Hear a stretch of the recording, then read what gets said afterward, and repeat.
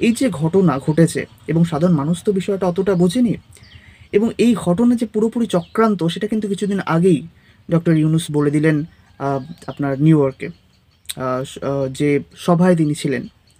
একটা সভাতে তিনি বক্তৃতা দিতে গিয়ে মানে কিভাবে তিনি বললেন, আমি তো বলব যে এটা অন্তর্বর্তী সরকারের সবথেকে মুখ ফসকে বলা একটা চরম সত্য, এবং যে সত্যটা এই সরকারকে আহ, মানে সমস্যায় তো ফেলেইছে এবং ভবিষ্যতেও সমস্যায় ফেলবে।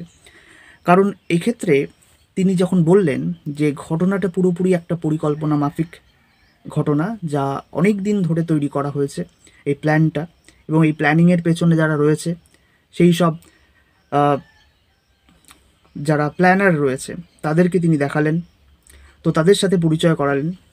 এবং এই বিষয়টা এই কারণে হয়েছে কারণ ডক্টর ইউনূস ওই আমেরিকায় গিয়েছেন, এবং এটা অন্য দেশে গেলে গেলে সম্ভবত হতো না, কারণ আমেরিকা ডক্টর ইউনূসের সাথে একটা সুসম্পর্ক আছে, এবং তিনি যখন বিষয়টা নিয়ে আলোচনা করছেন তিনি হয়তো ভেবেছিলেন যে বিষয়টা ঘরের একটা বিষয়, ঘরের মধ্যেই রয়েছে, ঘরের লোকজন, সেই জন্য না চরম সত্য কথাটা তিনি তাদের সামনে বলে ফেলেছেন। কিন্তু ইউনূস বুঝতে পারেননি বিষয়টা মানে সম্প্রচার হচ্ছে, এবং এই বিষয়টা যে এই রকম হয়ে যাবে তিনি ভাবতেও পারেননি। এখন তারপর এই ঘটনাটা যখন বলা হচ্ছে, ইউনূস যখন বললেন যে অনেক পরিকল্পনা মাফিক ঘটনা হয়েছে, অনেক আগে থেকেই পরিকল্পনা হচ্ছিল, তখন এই বিষয়টা নিয়ে সাফাই দিতে গিয়ে কিছু আহ, আধিকারিক বা উপদেষ্টা তারা বলছেন তিনি আবেগপ্রণোদিত হয়ে এরকম বলছেন।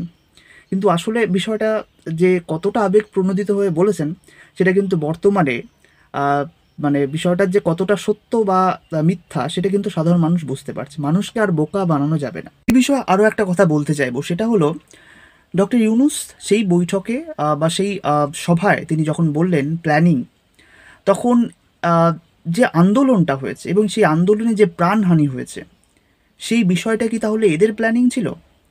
এখন যদি আওয়ামী লীগ এই প্রশ্নটা করে, এবং এখন তারা বারবার বারবার বলছে যে হাসিনাকে তারা দায়ী করছে, শেখ হাসিনাকে দায়ী করছে, এবং তাকে ভারত থেকে ফেরানোর দাবি তারা জানাচ্ছে।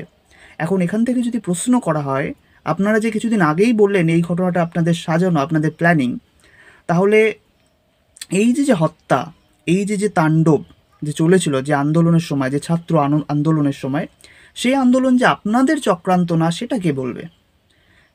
এটাও তো হতে পারে যে এই আপনাদের প্ল্যানিংয়ের একটা অংশ এরকম ছিল, যেখানে সাধারণ জনগণ সেটা বুঝতে পারেনি, সাধারণ ছাত্রছাত্রী সেটা বুঝতে পারেনি, এবং তার জন্য তাদের ওপর হামলা করা হয়েছে, আক্রমণ করা হয়েছে, এবং তারা আহ, ভেবেছে হয়তো এইটা আওয়ামী লীগের নির্দেশে করা হয়েছে, কিন্তু আদতে কাদের নির্দেশ ছিল সেটা তো সেটা সেটা যদি এখন তারা বলে যে এটা আপনাদের নির্দেশে হচ্ছে, সেক্ষেত্রে ক্ষেত্রে কিন্তু ডক্টর ইউনূসের আর কোনো কথা বলার জায়গা থাকবে না।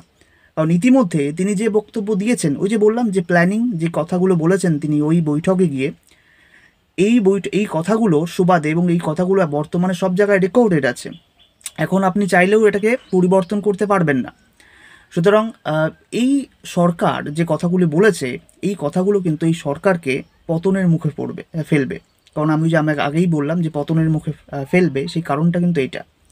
এবং এক্ষেত্রে যে হাসিনা সরকারকে বা শেখ হাসিনাকে তারা যে বলছে যে বিভিন্ন কারণে দায়ী করছে, সেই দায়ী কিন্তু আওয়ামী লীগ কিন্তু উড়িয়ে দিতে পারে এই ধরনের যুক্তির মাধ্যমে, যে আপনারা বলেছেন এটা প্ল্যানিং, সেক্ষেত্রে আপনারা বিভিন্ন পুলিশকে, মানে এমন তো নয়, দেখুন সমস্ত পুলিশ কর্মী কিন্তু যে এমন নয় যে এই ধরনের যে ছাত্রদের উপর হামলা করেছে, এমন নয়, এটা কয়েকটা গুটি কয়েক পুলিশ, যার জন্য কিন্তু সমস্ত পুলিশ কর্মীর ওপর নানাভাবে দোষারোপ চাপানো হয়েছে।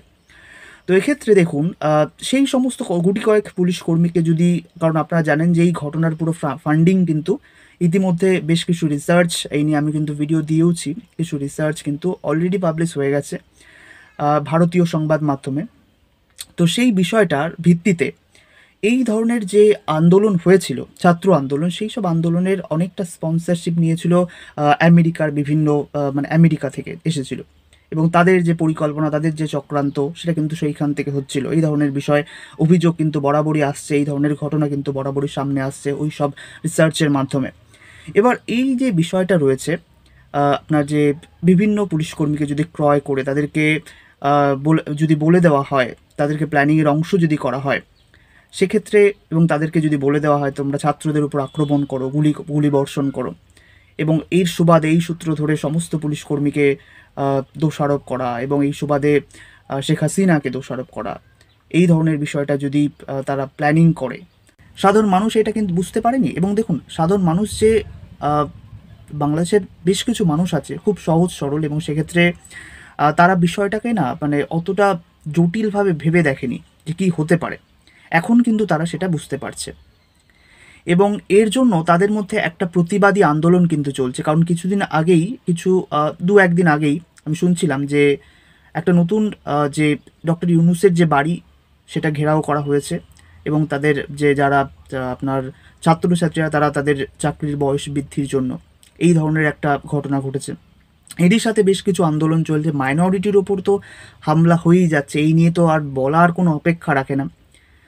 তো এই বিষয়টা কিন্তু সরকার সেভাবে দেখছে না, এবং তারা সরকার ইচ্ছে মতো ব্যক্তিদের নিজেদের গুরুত্বপূর্ণ পদগুলিতে বহাল করছে। ডক্টর ইউনূস তার পছন্দের ব্যক্তিদের বহাল করছে। এই নিয়েও সমালোচনা হয়েছিল বাংলাদেশ মিডিয়াগুলোতে। বাংলাদেশে বেশ কিছু বিশ্লেষক এই নিয়ে বিশ্লেষণ করেছেন, তারা কেন যোগ্যতার ভিত্তিতে বিষয়টা না করে নিজের ডক্টর ইউনূস কেন নিজেদের পছন্দের মতো ব্যক্তিদের বিভিন্ন গুরুত্বপূর্ণ পদে বসাচ্ছেন, এই ধরনের বিষয় কিন্তু চলছে। এবং আরও একটা বিষয় যেটা দেখছিলাম, যাদের সাপোর্টে ডক্টর ইউনূস এই পদে বর্তমানে বসে আছেন বাংলাদেশের, তাদেরকে তিনি কতটা গুরুত্ব দিচ্ছেন। তারা তার সাথে উপদেষ্টার সাথে দেখা করতে পারছেন না, ডক্টর ইউনূসের সাথে দেখা করতে পারছেন না, তাদের সমস্যার কথা বলতে পারছেন না। তাহলে কি এটা পুরোপুরি একটা মানে কোনো একটা দেশের স্বার্থসিদ্ধির একটা চক্রান্ত, কোনো কিছু মুষ্টিমেয় মানুষের স্বার্থসিদ্ধির একটা চক্রান্ত? কারণ ক্ষমতার যে লোভ, সেটা কিন্তু সবারই থেকে থাকে। এবং বর্তমানে সংস্কারের নামে যে নির্বাচন কে লেট করা, এটাও কিন্তু জনগণ আস্তে আস্তে বুঝতে পারছে। এবং বাংলাদেশি বাজারের যে অবস্থা এবং যে জিনিসপত্রের দাম, সেটা তো ইতিমধ্যে আপনারা জানেনই, এক্ষেত্রে বলার আর কোনো প্রয়োজন রাখে না। এক্ষেত্রে যে চক্রান্ত করে যে ইন্টারভিউগুলো নেওয়া হয়, যে বাজারে যে মেন স্ট্রিম মিডিয়াগুলোতে যে দামের কথা বলা হয়, সেগুলো কিন্তু আদতে নয়। এবং এটাও শুনছিলাম যে ইলিশের যে বিষয়টা, ইলিশের রাজনীতি, এবং এটাও যে কিন্তু এটারই একটা অংশ। কারণ সাধারণ মানুষ সেই মেন স্ট্রিম মিডিয়াগুলো দেখে বাজারে গিয়ে যখন তারা দেখছে আদতেও দাম কিন্তু সেভাবে কমেনি, তারা কিন্তু ফিরে আসছে। তো এই ধরনের বিষয় কিন্তু বর্তমানে চলছে, যেটা কিন্তু বর্তমানে ইউনূস সরকারকে প্রশ্নের মুখে দাঁড় করিয়েছে। তো যাই হোক, এই বিষয়ে আপনাদের মতামত অবশ্যই কমেন্ট সেকশনে জানাবেন। এখনও যেটা বলার অপেক্ষা রাখে না, অবশ্যই বলবো যে মাইনরিটি থেকে শুরু করে সাধারণ মানুষ, তাদেরকে আগে দেখা উচিত সরকারকে, এবং তাদের দিকে, এবং যে ছাত্রছাত্রীরা রয়েছে যাদের সুবাদে তারা এই পদে আছে, তাদের চিন্তাধারাকে মানে তাদের যে অভাব অভিযোগ, সেগুলোকে শোনা উচিত। এই বিষয়টা কিন্তু সরকার করছে না, এই বিষয়গুলো কিন্তু সরকারকে করা উচিত। যাই হোক, এর পেছনে যে কী রয়েছে, কী চক্রান্ত, ইতিমধ্যে কিন্তু পরিষ্কার হয়ে গেছে। এখন মানুষ আস্তে আস্তে বুঝতে পারছে। যাই হোক, এই বিষয়ে আপনাদের মতামত অবশ্যই কমেন্ট সেকশনে জানাবেন। আজকের প্রতিবেদন এই পর্যন্তই রাখছি। নতুন হলে অবশ্যই বলবো চ্যানেলটিকে সাবস্ক্রাইব করে নিন। দেখা হচ্ছে অন্য একটি ভিডিওতে। ভিডিও দেখার জন্য ধন্যবাদ।